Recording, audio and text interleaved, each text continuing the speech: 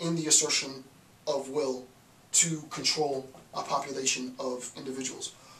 The collection of these 5 points, and these are not explicitly stated in Nietzsche, this is me going through picking out points and recognizing that, okay, that point leads to oppression, that point leads to oppression, okay, this also leads to oppression. These 5 points all lead to and reinforce structures of religious oppression within Nietzsche's text. So I think it's extremely important that we keep note of that. Okay. All right, so page 29.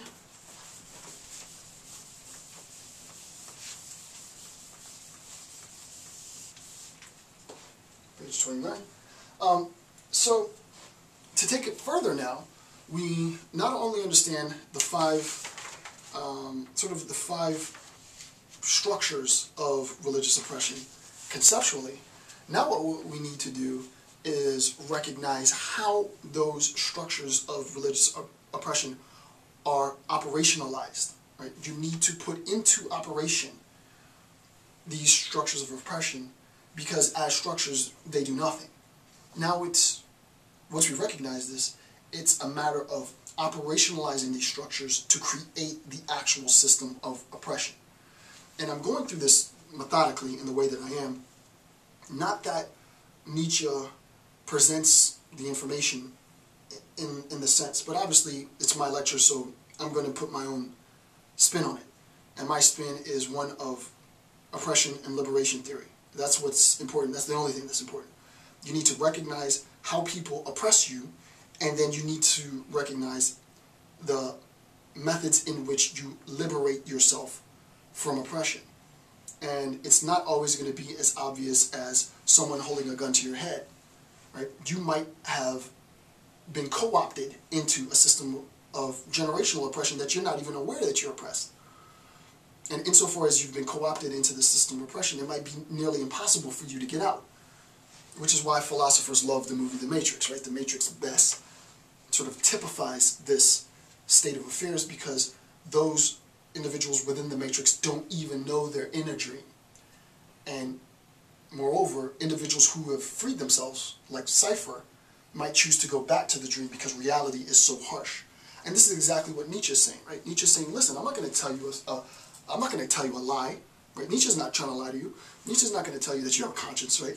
Nietzsche's not going to tell you that when you leave the world of moral imperatives and appealing and doting to the powers, that it's all bright and sunny on this side. No, what's going to end up happening is basically a Hobbesian state of affairs, right? Life is brutish, nasty, it's short, it's bitter, it's blood and tooth, red and nail, it's bloodlust, right? Those people who are smart are going to use advantage of their smarts. Those people who are strong are going to use advantage of their strength. It's not a bad or a good thing, it just is. It just is. So you have to try and be the most physically agile, physically strong, intellectually strong, to put yourself in a position where you can compete, right? And this is sort of the discourse. It's a pretty harsh discourse, right? Who wants to buy into that? Who wants to buy into the recognition that life is really about amassing as much power as you can possibly amass for yourself and for your family? Because if you don't do it, you're going to get destroyed, and no one else is going to give it to you. That's a pretty harsh system to swallow. Nobody wants to buy into that system, but it's probably the closest thing to the truth. So it's much better to buy into a system where we should love our neighbors and love our enemies and brotherly love and kumbaya and we should. You buy into that system. Well, if you buy into that system, according to Nietzsche, you need to recognize, it's not a bad thing that you buy into the system per se, but you need to recognize that someone willfully designed that system so that you buy into sort of this kumbaya while they are exploiting as much as they can possibly exploit and getting as much as they can possibly get for themselves at your expense. So, sure, buy into the system. The more people, and we'll see this later actually, the more people that buy into the system is actually better for me as an oppressor. Right? And Nietzsche, if I don't discuss this now, I'll discuss this later, but Nietzsche says, you know, for the oppressor, this is exactly what I want as an oppressor. I want you to buy into that system. It's a good thing that you believe that. Right? We need more believers, not less. Because insofar as there's more opportunity for me to stockpile power. Okay, so we're going to talk about operationalizing this system. So 4 steps, 4 approaches to constructing a system of oppression. And I'm not saying that these steps are in any sense exhaustive. I'm just saying I'm going to discuss 4.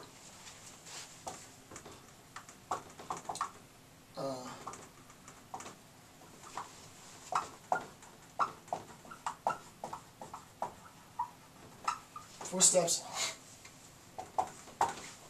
to constructing a system of oppression. Okay, so the first thing, this is note 142. I already put that up there. The system must fundamentally be based on a lie. So the system must be based on a lie. And the justification for that is note 142. First thing, the system must be and I have me in the parentheses because this, again, this isn't, most of this isn't Nietzsche directly, but it's an understanding of what Nietzsche is saying, at least my interpretation of what Nietzsche is saying, based on textual reference, textual evidence, right? So, number 1, the system must be based fundamentally on a lie.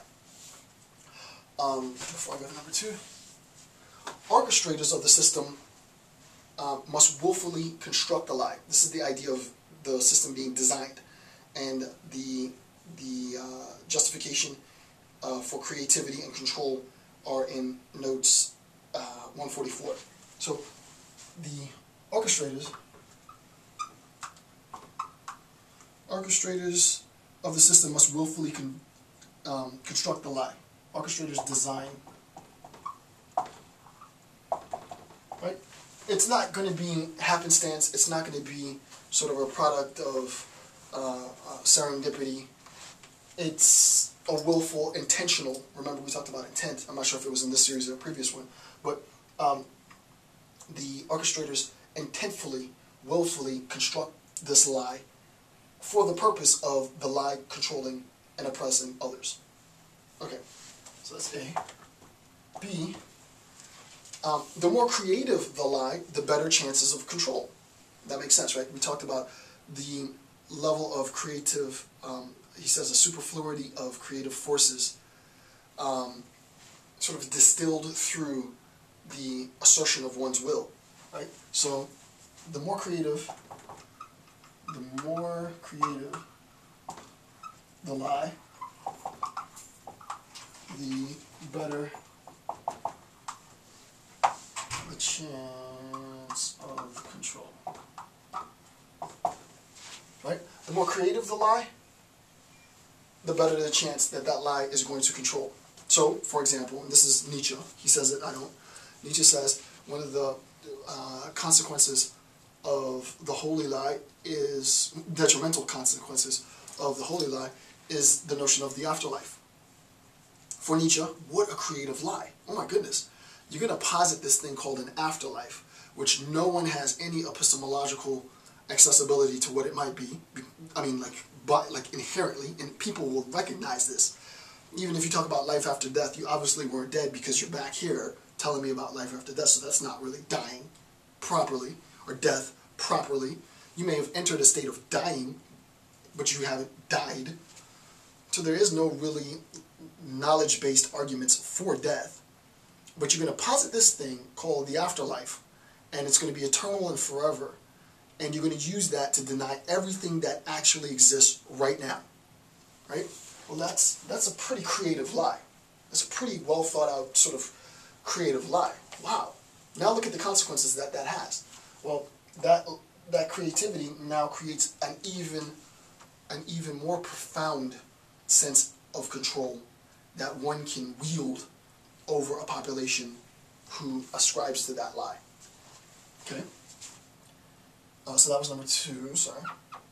Yeah, that was number, wait, number 2. No, that was number, yeah, that was B. Now 2.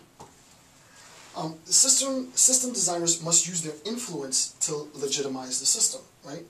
And in note 142, Nietzsche actually uses the term influence, right? So the orchestrators of the system have to use their influence to legitimize the system. So orchestrators